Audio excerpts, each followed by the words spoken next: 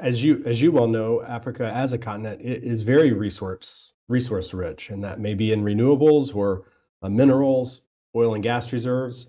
Uh, my question on that front is, what steps can and should be taken to make sure that all those resources are developed both in a smart way, in a way that is environmentally sound, but also that avoids what you have written about as the resource curse that has plagued many countries in the continent and around the world. How do you ensure that African nations and, more importantly, African people benefit from some of those resources, and that the benefits don't just go elsewhere in the world?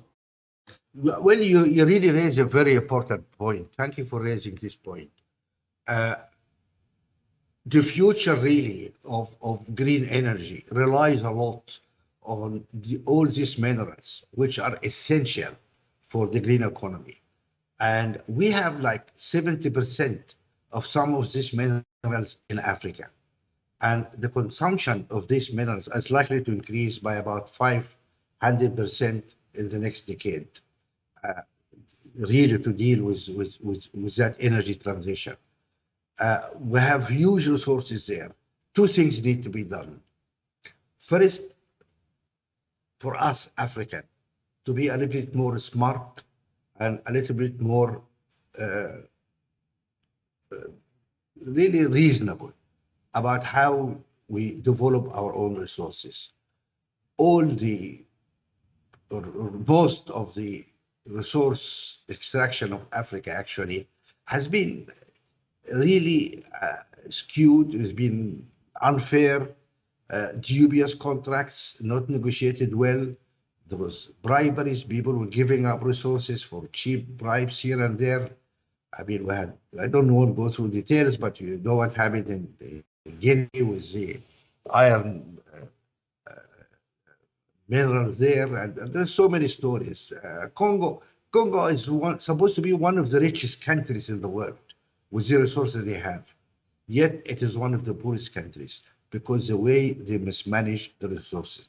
That's why we have a fight in our hand to improve governance and leadership in Africa. That's what we focus on in my foundation, because this is a curse, and resources should be a blessing, not a curse.